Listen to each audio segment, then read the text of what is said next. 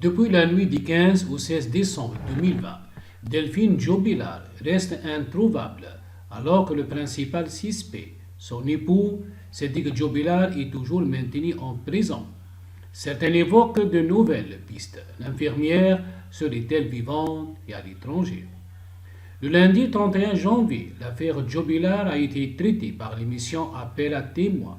Depuis quelques semaines, de nombreuses nouvelles hypothèses font leur apparition, notamment celle qui veut que l'infirmière Delphine Jobilal a quitté son domicile volontairement. Mais a-t-elle pu partir à l'étranger? François Vignol, journaliste de police-justice pour M6, est pris chez ce scénario de disparition volontaire cette nuit du 15 au 16 décembre 2020. Elle serait partie avec son livret A et en aurait eu marre de sa vie, marre de ses enfants, a-t-il estimé. La mère de famille serait donc partie au bras de son amant de Montauban.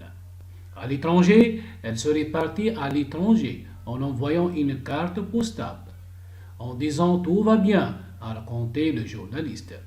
Mais les amis de l'infirmière sont loin d'adhérer à cette version, rappelant ainsi que Delphine Jobilal adore ses enfants. Je ne la vois pas partir et laisser ses enfants, surtout un bébé, a précisé une voisine de Jobilal. Marre de sa vie, marre de ses enfants, alors que Sadiq Jobilal est toujours retenu en détention.